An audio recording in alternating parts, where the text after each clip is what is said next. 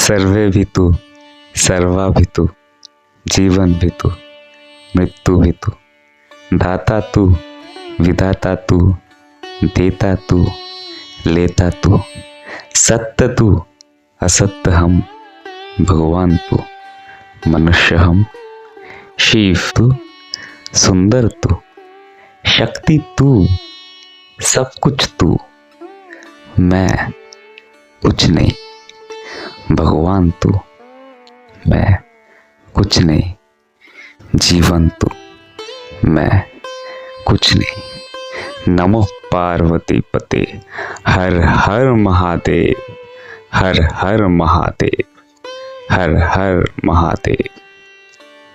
আজকে তোমাদেরকে নিয়ে যাব সেই জায়গায় যেখানে তোমরা মহাদেবের অস্তিত্ব এবং ওনার শক্তি অনুভব করবে প্রত্যেকটা মুহূর্তে।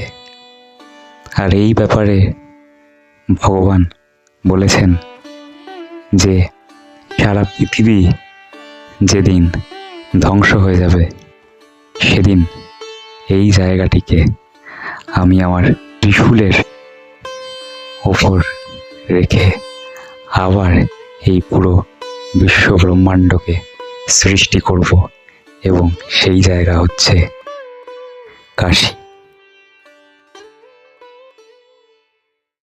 ধারচুলা কেএমভিএনে গতকাল রাতে আমরা যে রুমটায় ছিলাম, চলো তোমাদেরকে সেই রুমটা দেখাই। আর এই হচ্ছে আমাদের রুমের থেকে ভিউ, আর এই হচ্ছে কেএমভিএনের গেট যেটা তোমরা দেখতে পাচ্ছ।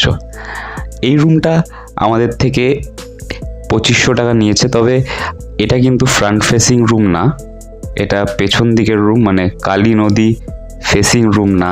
যেহেতু রেনোভেশনের কাজ চলছে সেই জন্য সামনের অনেকগুলো রুম আনঅ্যাভেলেবেল আছে, সেই জন্য এই মুহূর্তে আমরা কিন্তু সামনের দিকের রুম পাইনি, পেছন দিকেরই পেয়েছি। কিন্তু আমাদের এখনো অবধি পুরো রাইডটা এতটাই ভালো হয়েছে এবং আমরা এতটাই স্যাটিসফাইড যে একটু খারাপ রুম হলেও এখন আর আমাদের খারাপ লাগছে না। লাগেজ যেমন তোমরা দেখতেই পাচ্ছ যে ছড়ানো আছে, আর কিছুক্ষণের মধ্যেই ব্রেকফাস্ট সেরে আমরা বেরিয়ে পড়ব টনকপুরের উদ্দেশ্যে। তবে এই এপিসোডটাতে কিন্তু আমি মেনলি বেনারসের এক্সপিরিয়েন্সটা তোমাদের সঙ্গে শেয়ার করার জন্য এই এপিসোডটা বানিয়েছি। কিন্তু এই বেনারস অবধি পৌঁছানোর রাস্তায় আমাদেরকে মাঝখানে থাকতে হয়েছিল টনকপুর আর লখনউ। সেই জন্য এই এপিসোডটাতে আমি এই তিনটে জায়গা ক্লাব করে একটা এপিসোড বানিয়েছি, অর্থাৎ ধারচুলা থেকে টনকপুর, টনকপুর থেকে লখনউ এবং লখনউ থেকে বেনারস। আর বেনারসে আমরা যে রাতটা ছিলাম সেই রাতটা এবং পরের দিন সকালে আমরা বেশ কিছু অ্যাক্টিভিটিস করেছি যেগুলো তোমাদের সঙ্গে শেয়ার করব এই এপিসোডে। Good morning from Dharchula. কালকে রাত্রেবেলা আমরা ধারচুলা এসে পৌঁছেছি, নাভিডাং থেকে ধারচুলা এসে পৌঁছেছি। আর আজকে আমরা চলে যাব এখান থেকে টনকপুর। গতকাল কিছু প্রবলেম হয়েছিল বাইকে, সেটা নিশ্চয়ই তোমরা দেখেছো, আর সেই জন্যই একটু দেরি হয়েছে। আর আমরা বেরিয়েছি নাভিডাং থেকে প্রায় 11টা, আর ধারচুলা ঢুকেছি এখানে কেএমভিএনে মোটামুটি সন্ধে 7:30।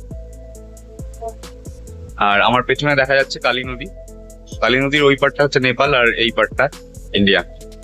আজকে টনকপুর যাব, মোটামুটি 7 ঘন্টার রাস্তা। তো চলো যেতে থাকি, আবার কথা হবে। আজকে আমাদের অতিক্রম করতে হবে 238 কিলোমিটার রাস্তা, আর গুগল ম্যাপ যা বলছে যে এই রাস্তা অতিক্রম করতে আমাদের সময় লাগবে মোটামুটি 7 ঘন্টা। টনকপুরেও ইচ্ছা আছে যে আমরা কেএমভিএনে থাকবো, তবে আমরা অনলাইন বুকিং করিনি, আমরা জেনারেলি টনকপুরে পেয়ে যাই ওখানে গিয়ে অফলাইন বুকিং, তাই এবারও সেটাই করব এরকমই চিন্তা ভাবনা আছে। আর তাছাড়া এই যে এখন ঠান্ডা ঠান্ডা ওয়েদার পাচ্ছি, আর 7 ঘন্টা রাস্তার পরেই পুরো ওয়েদারটা গরম হয়ে যাবে এবং তারপরে আমরা আবার যাব 40-42 ডিগ্রি সেলসিয়াসের দিকে। তাই প্রচুর কষ্ট হবে ফেরার সময়, কারণ মে মাস। তবে যা দর্শন হয়েছে তাতে মন ভরে গেছে। বাকি কষ্টটা বাড়ি অবধি অনায়াসেই করে নিতে পারবো ভোলেনাথের আশীর্বাদে।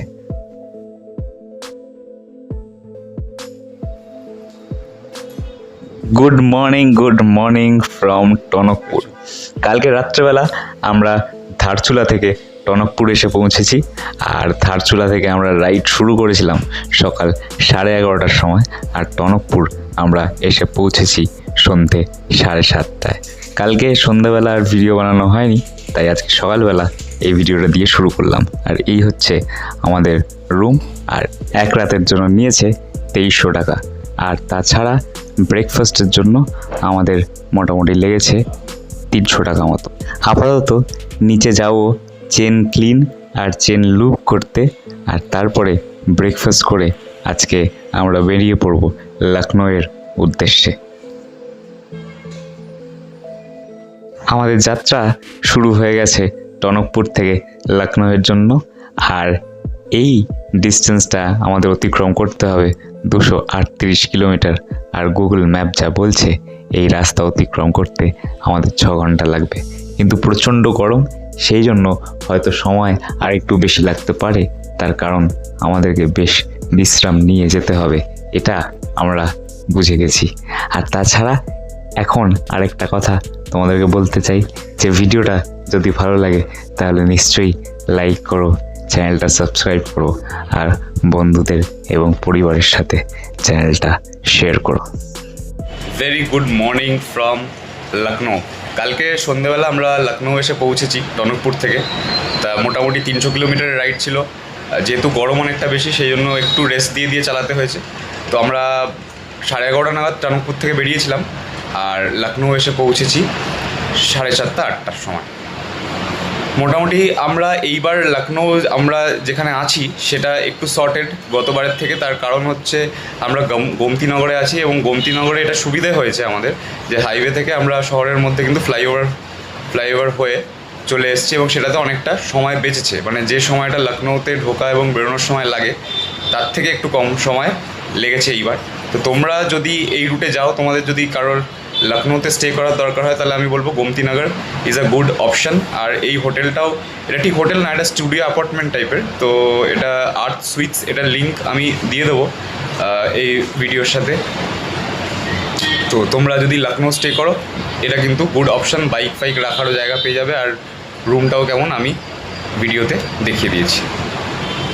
আর আজকে সকালে আমাদের ব্রেকফাস্টটা তোমাদেরকে একবার দেখিয়ে দিই। লখনউতে এই হচ্ছে আমাদের সকালের ব্রেকফাস্ট, শসা, আম আর কর্ন স্যালাডটা আমাদের অলরেডি খাওয়া হয়ে গেছে। যেমন তোমরা দেখতেই পাচ্ছ, এই হচ্ছে রুম। আর এই রুমটার জন্য আমাদের থেকে নিয়েছে 2500 টাকা উইদাউট ব্রেকফাস্ট। রুমটা যথেষ্ট খোলামেলা, জানলা আছে, এবং সবথেকে বড় জিনিস হচ্ছে গতবারও আমরা লখনউতে যেখানে ছিলাম বড্ড ক্রাউডেড ছিল এবং রুমের জানলা খোলা যায় না। তো যে রুমের জানলা খোলা যায় না, আমার পার্সোনালি সেরকম রুমে থাকতে একটু কষ্ট হয়।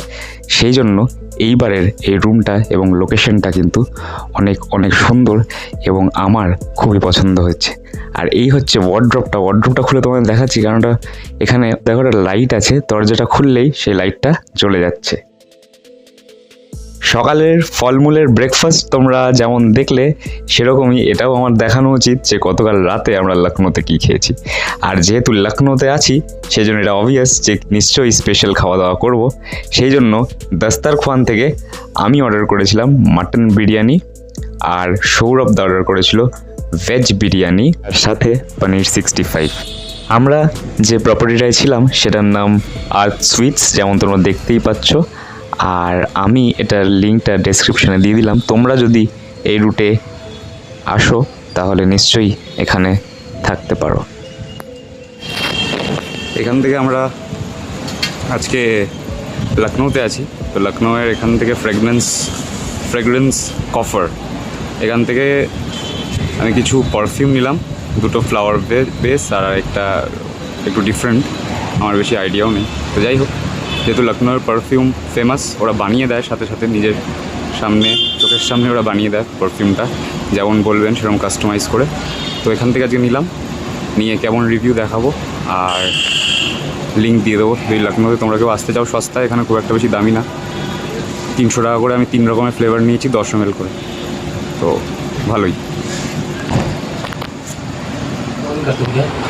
थोड़ा बहुत करते हैं भैया, ऐसे नौकरी करते हैं, जब घूमने के लिए निकलते हैं तो वो भी थोड़ा बहुत करता है, तो बनाते हैं थोड़ा।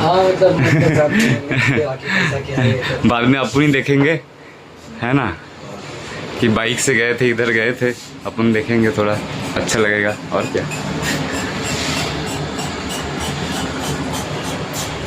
আমরা আছি এখন গঙ্গা এক্সপ্রেসওয়েতে। তো আমরা লখনৌ থেকে জগৎপুর এসেছিলাম, সেখান থেকে আমরা গঙ্গা এক্সপ্রেসওয়ে ধরেছি। তো মোটামুটি এখন অবধি 72 কিলোমিটার্স এসছি। এই টোলে এক্সিট করলাম, এখান থেকে আমরা যাব প্রয়াগরাজের দিকে। আর এই 72 কিলোমিটার্সের জন্য আমাদের থেকে যে চার্জটা নেওয়া হলো সেটা হচ্ছে 105 টাকা। অসাধারণ এক্সপ্রেসওয়ে, মানে পূর্বাঞ্চলের মতোই। এটা শুরু হচ্ছে মিরট থেকে আর শেষ হচ্ছে প্রয়াগরাজে, তোমরা দেখতেই পাচ্ছ। এটার জন্য যেটা হলো সেটা হচ্ছে আমাদের অনেকটা টাইম বেঁচে গেল। বেনারস পৌঁছতে আর 80 কিলোমিটার রাস্তা বাকি, আর সময় হয়ে গেছে এখন 3:30। প্রচণ্ড খিদে পেয়েছিল আর প্রচুর গরম। যেহেতু আমরা ঠান্ডার জায়গা থেকে আসছি, সেই জন্য আমাদের গরমটা আরও ফিল হচ্ছে। এমনিতেই এখন ফোনে যেটা দেখাচ্ছে 43 degree Celsius, but it feels like 50 degree Celsius. আর তাছাড়া খুব খিদে পেয়েছিল, সেই জন্য খাওয়ার জন্য দাঁড়িয়েছি। এখানে লাঞ্চ করব, তারপরে আমরা আবার বেরিয়ে পড়ব বেনারসের উদ্দেশ্যে। আর এই 80 কিলোমিটার রাস্তা আমাদের যেতে মোটামুটি 1.5 থেকে 2 ঘন্টা মতো আরও সময় লাগবে। চলো তোমাদের সঙ্গে আবার বেনারস পৌঁছে কথা হবে। এখন বাজে সকাল 10টা, আর আমরা ব্রেকফাস্ট করে বেনারসে হোটেল থেকে বেরিয়েছি গঙ্গা স্নান করতে। আমরা এখন এসেছি বেনারসে ঘাটে। আমরা এসেছিলাম স্নান করতে, কিন্তু এখানে স্নান করতে এসে তারপরে ভাবলাম বোটে করে ঘুরে তারপরে স্নান করে তারপরে যাব। তো মোটামুটি 1 ঘন্টার এটা আমাদের অ্যাক্টিভিটি এখন করে। আজকে আমরা বেনারস থেকে বেরিয়ে যাবো। বেনারস থেকে বেরিয়ে যাবো হচ্ছে ইয়েতে, কোথায় যাবো বেনারস থেকে বেরিয়ে?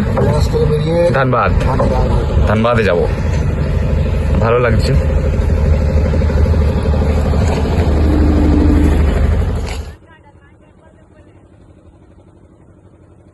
এই যে নৌকাটা আমরা যেটা ভাড়া করেছি, এই নৌকাটা আমাদেরকে দেখাবে মণিকর্ণিকা ঘাট অবধি। তারপরে সেখান থেকে যেখানে নর্মালি লোকে স্নান করে, মানে নদীর মাঝখানে একটা জায়গা আছে যেখানে বেশ কিছুটা পলি পড়েছে, সেখানেই সবাই স্নান করে, সেখানে আমাদেরকে নিয়ে যাবে এবং সেখানে আমরা গঙ্গা স্নান করব। আর বেনারসে এই গঙ্গা নদীর ধারে টোটাল 84টা ঘাট আছে, এবং তার মধ্যে যেটা সব থেকে ফেমাস, মানে আমরা সিনেমাতেও যে ঘাটটা দেখেছি, সেটা হচ্ছে মণিকর্ণিকা ঘাট। আর আমরা কিন্তু ছিলাম আরশি ঘাটের কাছে, সেই জন্য তোমরা যদি বেনারস আসো তোমরাও আরশি ঘাটে থাকতে পারো, কারণ এখান থেকে তোমাদের ঘাট, মানে তোমরা যদি হোটেলটায় থাকো আরশি ঘাটে, তাহলে সেই হোটেল থেকে তোমাদের ঘাট কিন্তু হয়তো 2 মিনিটের ওয়াকিং ডিস্টেন্স হবে। তাই আরশি ঘাট is a good option.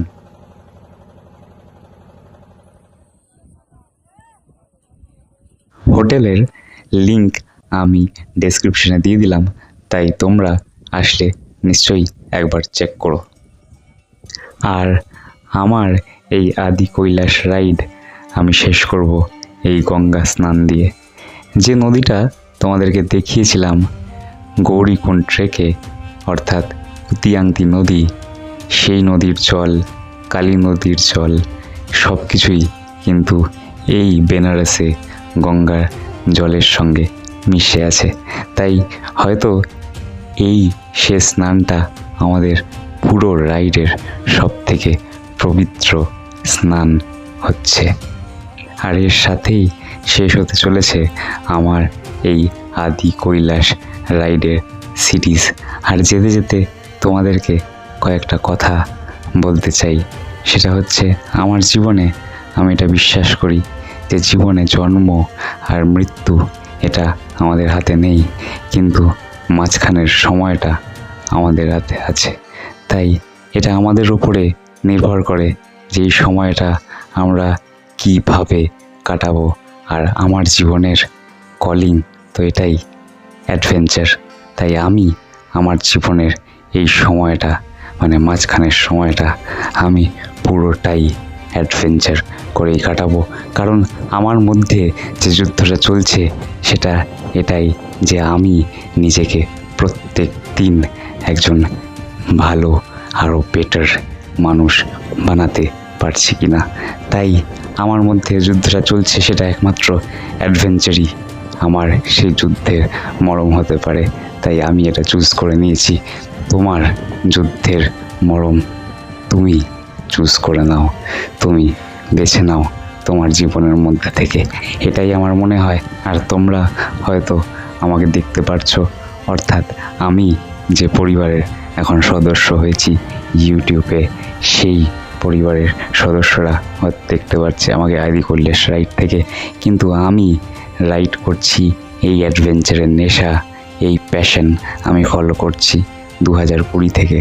R content বানানো অর্থাৎ তোমাদের সঙ্গে শেয়ার করা এই জিনিসটা শিখছি এবং চেষ্টা করছি 2026 থেকে। তাই এরকম না যে সব কিছু একদিনে হয়েছে, সময় লেগেছে, তার জন্য পরিশ্রম করেছি। তাই তোমরাও তোমাদের যেটা পছন্দ, তোমরা জীবনে যেটা করতে চাও সেটা করার জন্য লড়াইটা জারি রেখো আর নিজের মধ্যে সেই আগুনটা জ্বালিয়ে রেখো।